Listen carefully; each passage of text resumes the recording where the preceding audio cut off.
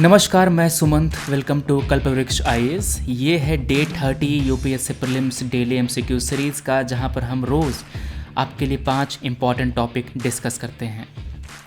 जो हमारे सब्जेक्ट होते हैं वो प्रीलिम्स का पूरा सिलेबस कवर करते हैं।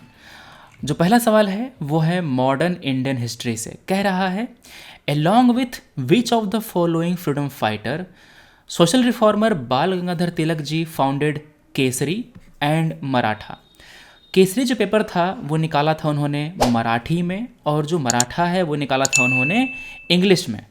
ठीक है, तो तिलक जी ने एक और व्यक्ति थे उनके साथ मिलकर के ये काम किया था, वो थे गोपाल गणेश अगरकर जी। तो आपका जो सी है वो करेक्ट आंसर है। तिलक जी का जन्म हुआ था क्रांति के एक साल पहले 1856 में। 1881 में 1881 में उन्होंने गोपाल गणेश अगरकर जी के साथ मिलकर के जो केसरी है और जो मराठा है दोनों पेपर निकाला।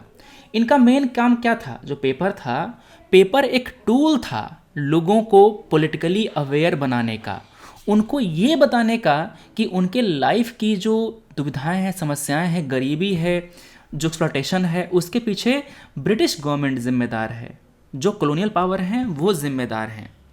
ठीक है, तो उनको जगाने का, उनको मूवमेंट में लाने का ये काम करते थे पेपर के ज़रिए। केवल पेपर ही नहीं, तिलक जी ने जो मेला है, जो रीजनल फेस्टिवल्स हैं, उन सब का भी यूज़ किया। जैसे कि जो गणपति फेस्टिवल है ना, उन सब में भी वो जो भाषण है वो देते थे, जो लोग उनको जागरूक करते थे। अगला जो क्वेश्चन है वो है इन्वायरमेंट एंड इकोलॉजी से। कह रहा है कि इनमें से कौन सी स्पीसीज एक्सटिंक्ट हो गई है? West African black rhino, northern white rhino, Tasmanian tiger, Javan tiger. इसमें से तस्मानियन टाइगर एक्सटिंक्ट हो गया है, जावन टाइगर एक्सटिंक्ट हो गया है, वेस्टर्न ब्लैक जो राइनो है ये एक्सटिंक्ट हो गया है। नॉर्दर्न वाइट राइनो की कुछ पॉपुलेशन बचा हुआ है, तो ये भी एक्सटिंक्ट नहीं है, ये होने वाला है, थ्रेटन के कगार पर है वो, मगर अभी हुआ नहीं है। ठीक है ना, तो यहाँ पर जो 1, 3, 4 है, बी जो है वो करेक्ट आंसर होगा। अभी तक जो नॉर्दर्न वाइट राइनो है, इसकी केवल 2 ही स्पीसीज बची हुई हैं। एक सवाल और मैं देता हूं आपको। अगर आपसे सवाल पूछे यहाँ पर कि भारत में कौन कौन सी स्पीसीज एक्सटिंक्ट हुई हैं, तो हमारे यहाँ से जो चीता है वो एक्सटिंक्ट हो गया है, Sumatran rhino, pink headed duck और हिमालयन क्वेल, ये 4 स्पीसीज हमारे यहाँ से एक्सटिंक्ट हो गई हैं। ठीक है, तो ये चीज़ें। अच्छा, एक्सटिंक्ट पूरी तरह से कंफर्म नहीं होता। जैसे कि अगर कोई जीव कई सालों तक नहीं दिखता तो हम ये सोचते हैं कि वो एक्सटिंक्ट हो गया है, मगर होता क्या है ना कि कई दशकों बाद वो फिर से दिख जाता है, तो फिर से वो रहता है एक्सिस्टेंस में। अगला क्वेश्चन है, सभी ऑर्गेनिज्म का जो सेल होता है वो 6 मेजर एलिमेंट से मिलकर के बना होता है। उन 6 एलिमेंट में से कौन से नहीं हैं? सल्फर, फॉस्फोरस, हाइड्रोजन, इनमें से कौन वो 6 एलिमेंट नहीं है? तो जो 6 एलिमेंट के बारे में बात कर रहा हूँ वो है hydrogen, oxygen, carbon, nitrogen. Hydrogen, oxygen, carbon, nitrogen, phosphorus and sulphur. ठीक है ना, तो जो फॉस्फोरस सल्फर है ये आपके 6 एलिमेंट हैं जो सबसे ज़्यादा मिलते हैं, इन्हीं से मिलकर के हमारा जो सेल होता है बना होता है। तो सल्फर, फॉस्फोरस, हाइड्रोजन ये है। ऑल ऑफ द एबव जो है ना वो करेक्ट है यहाँ पे, कि ये सभी जो है वो 6 एलिमेंट के पार्ट हैं। क्लियर है? तो ये बात हो गई। हाँ, ये जो ऑर्गेनिज्म जब मरते हैं, डिकम्पोज होते हैं, तो ये जो एलिमेंट होते हैं वो दोबारा से इन्वायरमेंट में पहुंच जाते हैं, वो दोबारा से सेल का फॉर्म लेते हैं। आर्टिकल 112 112 नंबर जो आर्टिकल है वो डील करता है किससे? ये डील करता है एनुअल फाइनेंशियल स्टेटमेंट से। यही हमारा एनुअल बजट होता है। ठीक है ना, तो आर्टिकल नंबर 112 डील करता है एनुअल फाइनेंशियल स्टेटमेंट से। 113 डील करता है procedure in parliament with respect to estimate. 114 deal करता है अप्रोप्रिएशन बिल से। 115 सप्लीमेंट्री, एडिशनल और एक्सेस ग्रांट।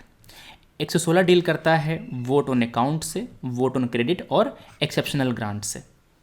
ठीक है, तो 112 नंबर क्या हो गया, annual financial statement, A will be the correct answer. आपको पता है कि जो हमारा बजट होता है वो एक मनी बिल होता है, ये मनी बिल होता है। ये बिल केवल लोकसभा में ही पेश कर सकते हैं, राज्यसभा में पेश नहीं कर सकते। जब ये बिल लोकसभा से पास हो जाएगा तो स्पीकर ये बोलेगा कि ये बिल मनी बिल है, मतलब उस पर ठप्पा लगाता है और ये बिल राज्यसभा में जाता है। राज्यसभा में ये बजट जाने के बाद वहाँ पर राज्यसभा को अमेंड करने का पावर नहीं होता। Rajya Sabha can only give recommendations.